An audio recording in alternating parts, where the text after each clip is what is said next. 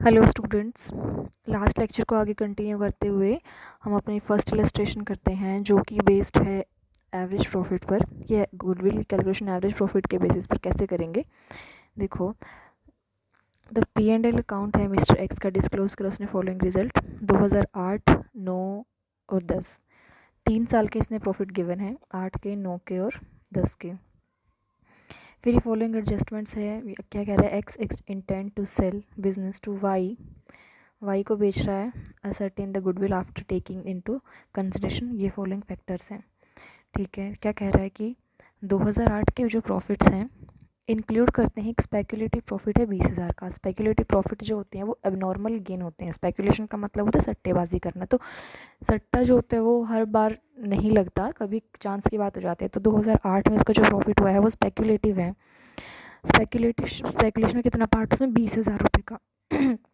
तो उसे अब ये 20,000 रुपये माइनस करने पड़ेंगे ताकि इसका आगे इफेक्ट ना दिखे, क्योंकि एबनॉर्मल गेन के नेचर का है।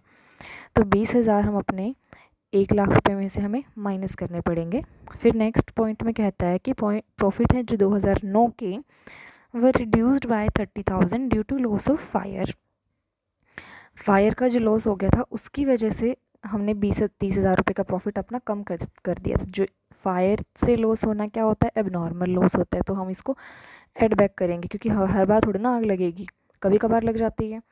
फिर है अगला पॉइंट में कि properties were not insured, properties की इंश्योरेंस नहीं करी गई थी और ये सोचा कि to insure the business in the future premium जाएगा 4,000 रुपये पर एनम। इसका मतलब कि पहले साल के बीच में कभी प्रीमियम नहीं दिया है, बाद में उन्होंने जाके प्रीमियम कराया है। तो ये प्रीमियम आगे आने वाले साल में भी देते रहना पड़ेगा। तो आगे आने वाले साल का जब हम प्रोजेक्शन कर रहे हैं वो पास्ट ईयर के प्रॉफिट्स पे कर रहे हैं, तो हमें पास्ट ईयर के एवरेज प्रॉफिट्स में से इसको माइनस करना पड़ेगा। नेक्स्ट कहता है कि existing tenancy contract has expired and Y have to pay 2,000 रुपये per month in place of 1,200 per month. अब उसे 2,000 देने पड़ेंगे। तो पहले दे रहा था वो 1,200, अब देने पड़ेंगे 2,000। तो कितने रुपए एक्स्ट्रा देने पड़ेंगे उसको, 800 रुपये एक्स्ट्रा देने पड़ेंगे। तो जो 800 रुपये है पर मंथ ये आप एवरेज प्रॉफिट में क्या करोगे, ऐड करोगे, सॉरी माइनस करोगे। क्यों, क्योंकि देने पड़ेंगे, इससे आपके प्रॉफिट पे नेगेटिव इफेक्ट पड़ेगा। फिर आगे क्या कह रहा है कि Y will not need the service of X के मैनेजर की। एक्स अपना बिजनेस बेच रहा है ना वाई को, तो वाई को एक्स के मैनेजर की सर्विस की ज़रूरत नहीं है जिसको सैलरी 3,000 की दी जाती थी। तो पहले ये माइनस किया जा रहा था, इसका मतलब अब ये ऐड बैक करा जाएगा क्योंकि हमें अब आगे 3,000 नहीं देने हैं। फिर कहता है कि ही विल सुपरवाइज अपने आप कर लेगा। At present he is serving at 4,000 per month which he shall have to resign.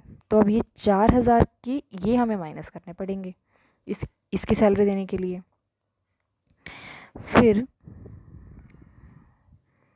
Calculation करते हैं। चलो, 2008 के प्रॉफिट 1,00,000 रुपये के थे, 20,000 का स्पेकुलेटिव प्रॉफिट था वो हमें माइनस करना पड़ेगा। हमारा प्रॉफिट कितना रहेगा, 80 का। फिर 9 में प्रॉफिट थे 2,00,000 के, एबनॉर्मल लॉस था इसीलिए ऐड बैक करेंगे 30,000 को, 2,30,000 बन गए। फिर 2010 का जो प्रॉफिट है वो एज इट इज़ रखेंगे 170, तीनों को ऐड किया तो हमारा प्रॉफिट बन गया 4,80,000 का। अब जो बाकी एडजस्टमेंट्स है वो ईयर एंड में करी गई हैं, तो अब हम उन्हें उनका इफेक्ट हम एवरेज पे दिखाएंगे क्योंकि हमें वो पता नहीं है किस पर्टिकुलर ईयर से भी बिलोंग करती हैं। अब इंश्योरेंस प्रीमियम है, बाद में कराया वो बाद में देना पड़ेगा 4,000 रुपये का। फिर है एडिशनल रेंट जो 800 रुपये का था हर पर मंथ है वो। वाई की रेम्यूनरेशन 4,000 रुपये। ये ऐसी चीज़ें हैं जो आपको माइनस करनी है। इन तीनों को ऐड बैक किया, कितना बना 61,600, एवरेज प्रॉफिट में से इसको माइनस कर देंगे।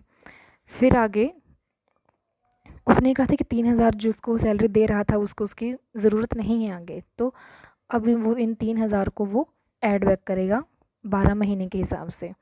तो इसको ऐड किया तो आपका नेट एवरेज प्रॉफिट कितना बन गया, 1,34,400 रुपये। ये अब आप इसको परचेज ईयर से मल्टीप्लाई कर देंगे जो कि हमारे 2 ईयर्स हैं स्टेटमेंट में गिवन है। तो आपका गुडविल आ गया 2,68,800 रुपये। आई होप आपको ये क्लियर होगा। सेकंड इलस्ट्रेशन भी ऐसी ही है। तो अब हम आगे बढ़ते हुए करते हैं super profit method. Super profit method में क्या है, देखो कि ये उस मेथड से कैसे डिफरेंस है। इस मेथड में क्या होगा कि जो एवरेज मेंटेनेबल आपके प्रॉफिट हैं, आपका जैसे आपने एवरेज निकाला अब तक, आपको वैसे ही एवरेज निकालना है और आपको नॉर्मल इंडस्ट्री के नेचर के हिसाब से देखना है कि हमारे पर्टिकुलर बिजनेस का इंडस्ट्री के अगर हम पर्सपेक्टिव से देखें तो नॉर्मल कितना प्रॉफिट इसे अर्न करना चाहिए था और कितना हमने किया है। तो उन दोनों का डिफरेंस होता है जो वो होता है सुपर प्रॉफिट। देखो, in this method the average maintainable profit of the firm, average profit जितना है वो कंपेयर करा जाता है are compared with the normal profit which would have been earn, जो अर्न कर लिया जा सकता था with the same capital of by an average firm. तो उन दोनों का डिफरेंस क्या कहलाता है, सुपर प्रॉफिट कहलाता है। फॉर एग्जांपल 1,00,000 रुपये एक फर्म ने इन्वेस्ट करें एज ए कैपिटल, वो अर्न कर रही है average profit 25,000, where is the normal rate return earn करा जाता है बाय एक एवरेज फर्म से 15%। एक फर्म जो है ऐसे ही नेचर की 15% ऑन एन एवरेज अर्न करती है, हाँ, लेकिन हमारी पर्टिकुलर फर्म की जो अर्निंग है वो 25,000 रुपये। तो 15% किसका, कैपिटल एम्प्लॉयड का। तो 1,00,000 का 15% कितना हो जाएगा, 15,000। नॉर्मल प्रॉफिट आ गया 15,000 और आपका एवरेज है 25,000। तो दोनों का जो डिफरेंस होगा 10,000 का, वो होगा आपका सुपर नॉर्मल प्रॉफिट। अब इसकी कैलकुलेशन, गुडविल कैलकुलेशन कैसे करेंगे, इस 10,000 से आपका जितना नंबर ऑफ परचेज ईयर है उसे आप मल्टीप्लाई कर देंगे, वो आपका गुडविल निकल के आ जाएगी। ये हैं, इसमें 3 फॉर्मूले यूज़ होंगे आपके। आपको नॉर्मल प्रॉफिट निकालना पड़ेगा, कैपिटल एम्प्लॉयड मल्टीप्लाई जितनी रेट ऑफ रिटर्न गिवन है। हमारी कैपिटल एम्प्लॉयड कितनी थी यहाँ पर, 1,00,000 थी, नॉर्मल रेट था हमारा 15% डिवाइड आपने 100 करा था, तब जाके आप कितना बना था, 15,000 रुपये बना था। सुपर प्रॉफिट आपका गिवन, तो सुपर प्रॉफिट कितना आया था, 10,000, 25 माइनस 15। गुडविल, उस सुपर प्रॉफिट को मल्टीप्लाई कर दो नंबर ऑफ परचेज ईयर से। अब इसकी भी सेम वही बातें आपने ध्यान रखनी है कैलकुलेशन करने के लिए। जब नॉर्मल लॉस है वो ऐड बैक किया जाएगा। मैनेजरियल रेम्यूनरेशन है, इफ़ नॉट कंसीडर्ड अर्लियर, अगर पहले आपने कंसीडर नहीं कर रखी है तो ये आपको डिडक्ट करनी होगी एवरेज प्रॉफिट से, कि आपने कंसीडर ही नहीं कर रखी हैं।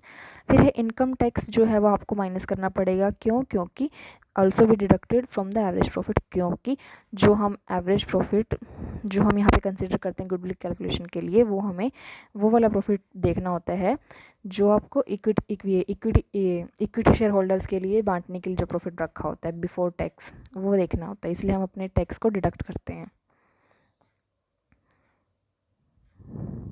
नेक्स्ट है इसकी इलस्ट्रेशन, देखो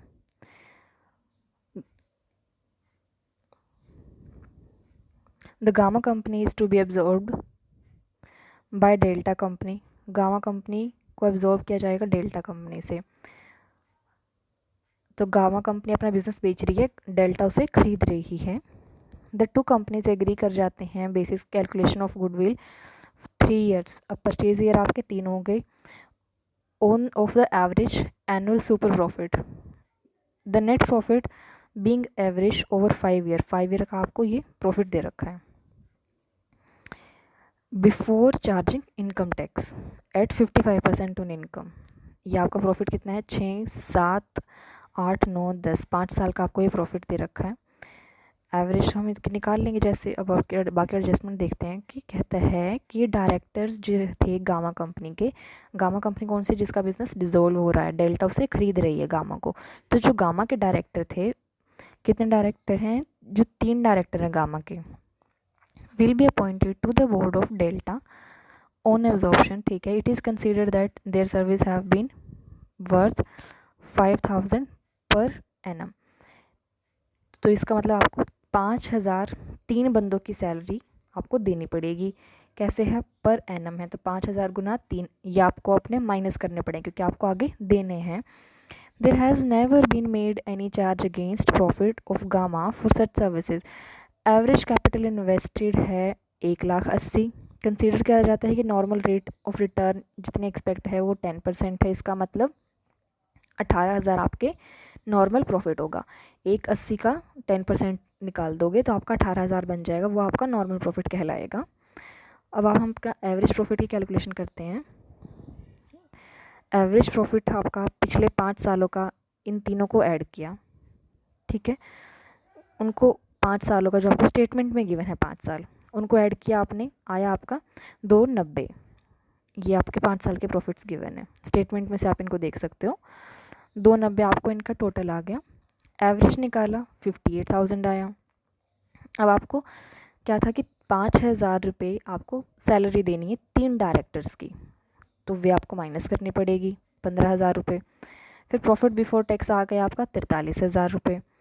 अब आपको टैक्स इसमें से माइनस करना है, क्यों? क्योंकि ये प्रॉफिट जो है बिफोर चार्जिंग द टैक्स है। बिफोर चार्जिंग टैक्स है, आपने इसके ऊपर 55% टैक्स लगा के कितना बचा आपका 19,350।